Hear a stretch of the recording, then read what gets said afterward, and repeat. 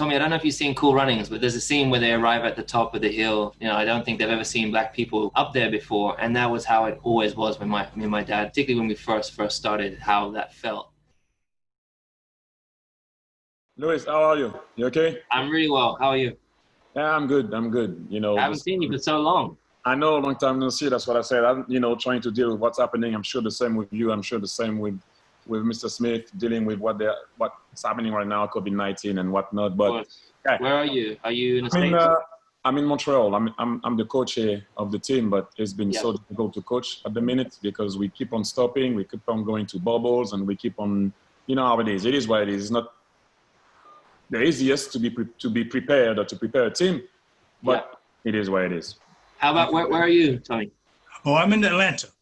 I'm in Atlanta now for a while. Yeah. We do a lot of things here, dealing with equality and dealing with young people. You know, the Tommie Smith Youth Initiative is a 501 that we've been running now for quite a few years. You know, helping youngsters do what they should be doing, which is moving forward. Of course, you both know there's a platform of moving forward. A lot of platforms moving forward. Sure. Whatever platform you're on, you got to have an identification of it. You just can't run out there and say, my cool buddy was on this, man. I went with him. No, you got to think first. You got to think. Absolutely. You got to hit that corner going 160 miles an hour when you know that it's 110 miles an hour curve, you know. You've been a striker too, yourself, Thierry, right? You was a striker. Yeah. Well, I used to be a long time ago. Yeah. Well, yeah. You don't even look like you've aged. I don't understand. Well, I don't know about that. What's going on? Yeah, well, you know how it is. When you decide to do something, you do it. When you got to hit, you got to hit. You know, when you got to move in a direction, you got to think about that direction. There's no midair for you, then switching in midair. Once you get midair, you got to keep going. I've been so inspired by you and what you did all that time ago. And I never in my life thought there would be a moment like yours that would perhaps come up for me. And, you know, I'm in a sport which is, you know, white dominated, and there's not very little diversity here, for example, and with everything that happened in the States, it really brought up a lot of emotions for me, because, you know, a lot of people think that it's only happening in the States, but yes, there's the police brutality in the States, but, you know, systemic racism is across the world, and very, very, very, very much there, and in Europe and England. And so, you know, I experienced a lot of that growing up in the UK, and then when I started traveling racing. And so anyways, I this year it's come around, and I've got the sport now to kind of acknowledge that it needs to do more. And I had a race that I won at home, and I got to do the stance like you did with the power, with a punch in the air, just like you did. Yes, I was like, this must be how Tommie felt, but obviously I didn't have the crowd like you had. Or the gold medal. Well, you know, like I said earlier, that there's a lot of things going into an organization. Perennial thought has to be put there, and the fist in the air represents the power that we need to move forward. Some people call it black power, some people call it power to move, some people just call it power.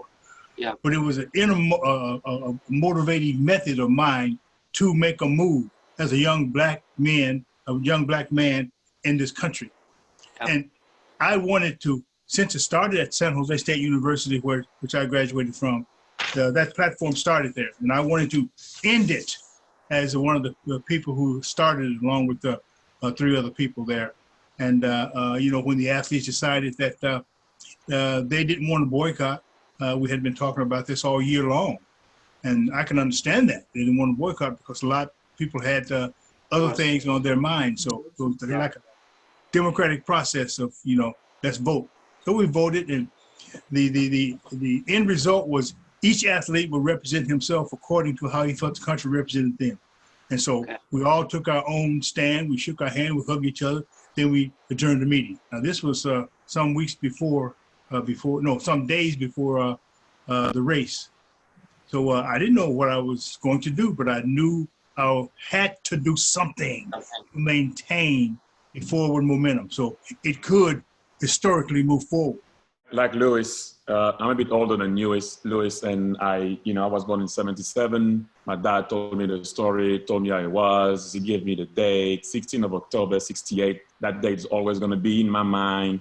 I heard that story so many times. I saw the pictures so many times. I have the picture in my house. But what actually, I didn't know were the signs. I didn't know that the socks were for poverty. I didn't know that the fist up was for power and tranquility. And I didn't know that you had your head down for hope and you're praying. Yeah. I just thought for me, black power, I was like, it's raw. I didn't know that there was a message with the socks, there was a message actually with the glove, and there was a message with you having your head down. And so when I started to understand that, I started to understand that you can fight in a clever way. Because you had to do it, as you said. Maybe you didn't want to do it, but you had to do it because you had to carry on the momentum. And so you put your success on the side. You knew that something was going to happen against you, but you went with your community. How did you deal with that? Faith. I had faith in my belief, in my spiritual belief, which is the substance of things hoped for, the evidence of things not seen. But without work, faith is dead. That's why the momentum is important. And you're very right. I had doubts about doing it, but I had to do it. Sometimes you have to do things that you know is right, but you're afraid to do it because it's going to hurt you later on. Because that hurt didn't bother me once I thought of who died so I could be there. And the latest person that died that I respected more than a lot of other things with Dr. Martin Luther King only 6 months before. And you had other very advisory people who died fighting for equality, fighting for the rights of man, fighting human rights. Yes, we were young. I just had turned 24 years old, but I was a thinker. I had to think before I moved. It's better to think before you move than to try to change what you did because you didn't think. Yeah. And you both know that sometimes you have to make a split decision thought and move that way. But you have to accept those responsibilities no matter what direction you move. And so I just kept moving. I went back to school. I went to school at night. I was afraid to go to school daytime because my life was being threatened almost on a daily basis. Wow. I will kill you tomorrow at 1 o'clock, Wow. So I think I passed a test of durability, like a good pair of tires. I grew up in a bad neighborhood, which I thought at the time was the best neighborhood in the world because I couldn't compare it to anything, right? So where I was is the best place in the world. So because you have a lot of diversity in my neighborhood, I didn't realize that I was different. When I stepped out of my neighborhood, I started to realize people started to make me feel that I wasn't human. And so it started to be difficult. And so I realized that, the color of my skin was a problem. What I wear was a problem. Because in Europe, sometimes if you have a hood on, if you have a hat on, suddenly a cap, shall I say, suddenly that means you're from a bad neighborhood straight away. And if you have the color to go with it, that's a double bill. You don't get in. And so I always say to people that at one point, people didn't see my color anymore because I played football. Yeah. Because I was, in bracket, famous. You never had that opportunity young. When you know now and you're an athlete, you kind of get away with it. If I come now with my hood or in a tracksuit and I walk into an amazing shop or a expensive shop, they'll say, "Oh, Mr. Henry, what do you want?" Yeah. If it wasn't me, trust me, the security guard would have been following me or not even letting me in. So sometimes for me now to judge and know it's very difficult. But I can tell you one thing. When I came to play in the US, my color came back because nobody could recognize me sometimes. Depends on in which state we were. My color came back.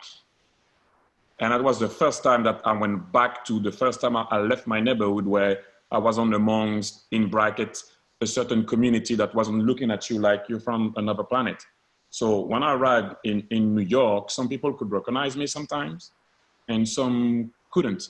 You ask for a cab, the cab puts his head down, looks and see that you have a certain color and go like, puts the light on, is not free anymore or off, sorry. And I'm like, well, hang on a minute, I'm alone here. It's raining. Can I get? And so I was like, it hit me again. Back in the days, you got killed for something that you're getting praised for now. Yes. And so it is kind of, that is why I say at times it's good to be stubborn. I've been called a black shit live on TV. It is what it is. You've heard it before also, but that was live on TV, which is made it a bit like, wow. And so I used also my sponsors and sport to make sure that you can create awareness, because sport is a great tool at the end of the day. You can't stop talent. That's why it's good when you're at the top to make sure that you can have an impact. When I was reading and watching the documentary about you, Tommie, I'd seen that the Olympics Committee had said that this is not a platform for anything political or for anything that's not sport. And I love that you went against it, even though that you knew it was detrimental to your career. That is such a huge risk that you took, and I mean, I have so much respect for you. I mean, and what's crazy is that even you passing on the baton kind of to us, like I'm finding that I found that already still in today's world. They question whether or not this is the platform.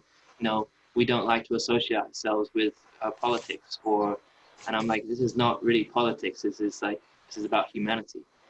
And we have this platform, as so many other sports around the world do, and we have the spotlight on us right now. What are we going to stand for? Yes, we can do and perform well and put on a great show, but what are we actually teaching people?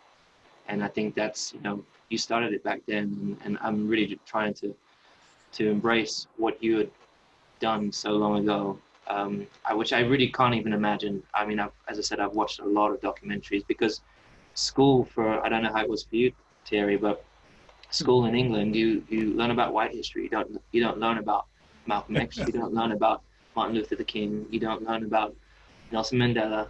Those are the things you have to do at home, All the people, I mean, no disrespect, surely there must be some black heroes out there, black astronauts, black poets, black artists, black back in the days, whatever, that can inspire you also, or whatever it is. And I agree with you. Yeah, you learn in a certain way. I like to say, you learn the history of the country that it was maybe 15 years ago, or 50 years ago, or 40 years ago. You don't learn the history of the country that it is now, because of what happened, and invasion and whatnot. But I agree with you. Yes, Louis, it was the same. Yeah. But the thing is, because fundamentally, still, it's not changed. No. And that's the sad thing, to think that Tommie and Martin Luther King were fighting. It was only 60 years ago, and we still have America has really not moved enough, and we can't stop utilizing the platforms that we have. We can't stop trying to encourage people to educate themselves. But we still have this fight, and we've got to keep going. We have a responsibility, and the youth look up at winners. The system, human being, loves winners. Don't take the pressure as a pressure that you didn't have responsibility for. It is your responsibility to accept that pressure and move forward. I totally understand, and this is why winners are pretty rare. That's why when you're at the top, you win, okay? And then you have that platform to be able to express yourself for a community. But we also have to think about the guys that are running the race. Not the one that are going to win it, but for me, what I respect is when you enter the race and you run. That's one of the most important things. And one thing that I will say right now is I don't know if it's going to change right now, but obviously we need to have an impact, but people are listening.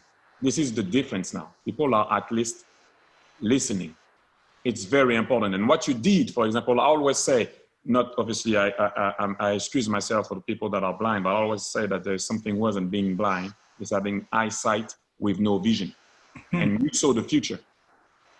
This is why you imagine the future. And that's for me something very important, because we need to think about the guys that are not going to win the race to be able to have that impact higher. Yeah. We need to think about the guys that are running the race because they entered it because they were not scared.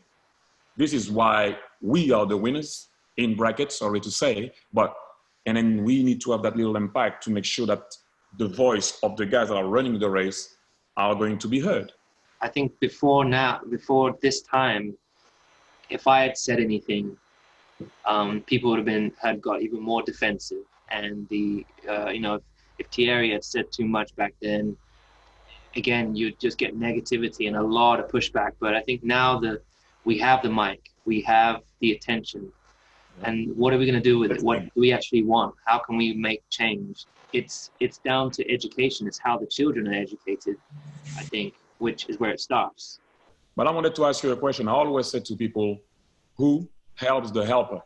Because when you're the guy always to help, Louis, you're the same. You're always the guy that, people as to, you are helping people, you're doing this, you're doing that. So who helped you the most going through all of that? I'll let him, since he's the youngest, and I'll close his out. Oh, well, I mean, I fully agree with you with that there's faith, and then there's my father. So, when I was going to those races when I was a kid, we were the only black people on the race scene. And Tommie, I don't know if you've seen Cool Runnings, but that's always like usually my favorite movie. But there's a scene where they arrive at the top of the hill, and they're I don't think they've ever seen black people up there before, and that was how it always was with me and my dad, particularly when we first started, how that felt. And but I was always fortunate. I was like, I know I can lean back on my dad, and he was that. When people ask me who was my hero, there are those that have laid the bridges, as you were mentioning, that I've read about and have been so inspired about for standing up against things. But my dad was the one who did it in front of me. When I was being beaten and battered and abused, he was the one that would fight for me. Wow. And so I was very, very fortunate to have that. But it wasn't until I was born Catholic, and I didn't get to really truly understand faith until I was probably in my late teens, early 20s, when I really started to embrace the word, and that really helped me get through, particularly as I turned professional. That's what really helped me, having the faith really helped me get through that period. I'm going to say my dad too, by the way. It's the same with me. My dad told me the best thing ever was, obviously, when you arrive, and obviously being black folks arriving in the country, always is, guys, you got to fit. Make sure you fit. You don't you don't scream too much. You don't, you got to fit. My dad said to me, no, you don't have to fit. You have to belong. You always, like I always say, we're talking about education. You're always a reflection of your education with a pinch of salt. That's going to be your character. But I always say this one. My parents educated me. My kids re-educated me. Because your kids make you see, do stuff, and be a bit less raw. Yeah. To be able to understand how you need to speak, to put the message out there a bit better. Because sometimes if you're too raw with it, message won't go down too well. That is why the message of the sock, the message of the fist, the message of the head down, because of prayer and hope. This is for me, where you fight in an intelligent way. Thierry, what's interesting when you said that your dad said that you have to belong. My dad would say something similar, but he would say you will belong there one day, but right now you need to fit in. Yeah, but that's exactly the thing. Yeah, because for us, we know there were no other people, there weren't no other people of color within our sport, and so he's like, we've got to work twice. The thought on a lot of black people's mind is like, we've got to work 10 times as hard as the white kid that's next to you. And so, but I remember feeling as I grew up that I had to fit in to get in. And then once I was in, then I could become, then I could become me. I could be who I wanted to. Yeah. What I'm trying to say with that is, Mr. Smith and obviously Louis, I don't know if I love to listen to West Indian music, French West Indian music. And before he told me that, before he unleashed me, shall I say. You know, when you put your music, you don't want to put it too loud because you think that you're going to disturb, because it's not the music of where you're living at the moment. You don't want to wear your cultural clothes because you're like, if I do, I won't fit in. And as soon as he told me that, my headphones were loud as hell, because I'm like, I'm into West Indian music. I'm proud to be French, but I have some origins. Sorry, that's me. And so you start to accept yourself, like people always say, you know, love your enemy a bit more sometimes than your friend. And then the says, I started to love myself. Yeah. Yeah. Because your own enemy is, the first enemy is you only. It's difficult for some people to be themselves because they are in a hurry to please what they think other people would like. You know, and you could be in your own prison all your life by trying to pacify the thought process of someone else. Yeah. You know, well, what that is walking on water. And I don't know one person can walk on water, and you know, his people, he died because people didn't believe in him. You know, yeah. It's utterly amazing. So what you did, Terry, and what you're doing, Louis, is just taking the world and it's molding. Well, it's molding, because Louis, you have a world. Terry, you have a world. Tommie, I have a world, and it's called the globe, and we're all in it. It's like stress.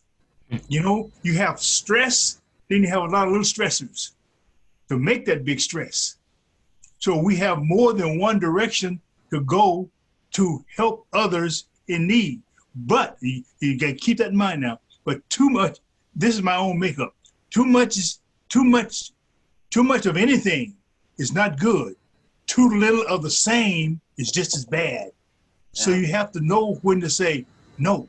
You have to know when to say yes, because you're living in this vacuum of being in the world. You're already here. You know you're going somewhere, and that world's going to end too. So where are you in that dash? What are you doing to make this end positive for the generation next to you or the people on the other side of it? So we were in a tournament recently. Obviously, as you know, we get tested all the time, every 2 days, because same with you, I'm sure, right now. And so they wanted to take my blood. But you know, in the US, they like to put people in a box. So they arrived and they went, "What's your ethnicity?" So I looked at the lady. I went, "Well, if you want to go back to my older story, I don't actually know." Because we would have to go really far. And can I ask you something? I said, "Why do you like to box people in the US?" There was Irish, Afro-American, whatever boxes. I said, "You're forgetting the most important box. I'm human. The blood place will tell you what I need. That's all you need to know." Because in Europe, you don't arrive and are you Caucasian? Are you African-American? Or are you Afro-European? Are you? So I said, "You're missing the main box is I'm human." She looked at me, she went, "Nobody ever gave me that one." I said, "Well, that's the only box, I'm human or alien." Well, I don't look like an alien. So can you put human? And I tick human. If not, the rest I don't know. So I love that. What do I do? I said, "Well, it's all we do the blood test, and the blood test will tell you what I need or don't need. But the other thing, I'm going to take a guess on the box, because my history is a complicated one." What's interesting, Thierry, is that, and I'm sure for you, Tommie, when I'm probably even more so when I'm in America, most Black people don't know where they're from. Yeah. You know, I'll ask them, you know, what's your background? Where your family from? And they're like, "From America." You know, I'm from they lost those roots so long ago, and it's really interesting for me because my family were my dad's side were from Grenada in the West Indies, and my whole life I just thought they're from the Caribbean. I never actually learnt where they came from in Grenada. I was never taught that. I read that. I discovered that this year.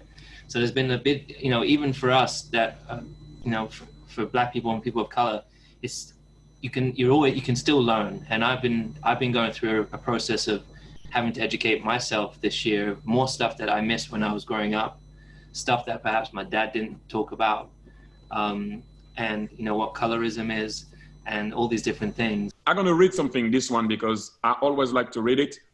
And actually it's kind of weird because who taught me that is Public Enemy. A Public Enemy song starts with this: have you forgotten that once we were brought here, we were robbed of our names, robbed of our language, we lost our religion, our culture, our God, and many of us, by the way we act, even lost our mind. Dr. Khalid Mohammed. And that right there, there's nothing else to explain. Yeah. If someone takes everything away from you, your identity, your faith, and everything that goes with it, you need to start again, refresh, and adapt to where you are. That is why most of the time people say, okay, let's start from here, from here now. Yeah. This is what we're going to defend. Nobody's going to move us from here. If you go back, you know that your name is not your name. Mm-hmm. You know that. But because it's your name, you have to start somewhere. If not, you're lost forever. This is for me where it starts. Putting houses, computers, and people that can educate people in the so-called, not so-called, unprivileged area, where you can educate young folks to know what really happened, where they're from, in order to know where they have to go. Yeah. If you don't know where you're from and where you come from and who you are, you can never become who you got to be or who you might be. And so that's why sometimes the bad neighborhood and unprivileged neighborhood do not get connected to access to computer, access to knowledge and education. And then instead of going that way, year by years, it goes that way. And so you stay in what you know, and you come from that house, and that's what it is. You never open your eyes and your mind on everything. And I think there is nothing worse than someone that is not allowed to dream and hope. And that's what you kill by disconnecting yourself to the real world. Yeah. You don't dream and you don't hope. Thierry, firstly, so good to see you, man, because I don't know how we lost touch, brother. We got to get back in touch. Yes. And I will forward my number to, whatever, sorry. Yeah, no, but, you know, it's such an honor for me, man. When I heard that I get to talk to you guys, you know, Tommie, I don't know if you know, but Thierry played for, I grew up when I was 5. I started supporting Arsenal, and Thierry came and was on my team many years ago. So, like, I was like, at the time, Thierry, you know, you're not actually that much older than me, to be honest, but you were like a hero at the time. And oh wow, thank you. So when we got to play, you know, it was incredible. You're embarrassing me now. Thank you. and as I said, Tommie, you know, for people like myself, and I think for Thierry as well, we would be nowhere if we didn't have people like you who have built those bridges and led us to where we are today. And I see it, you know, I think maybe more now than when I was 25, and I'm 35 now, and I see the responsibility I have, and I see that from people like yourself, and yes, winning these races is a good thing. You know, what got you across that finish line first, that's what pushes me across the finish line today, to know that I can get on top and make that move and make it count. And so I want to say a big thank you to you. Just want to acknowledge you, brother. You're welcome. So like you said, nice speaking to you, and let's speak soon.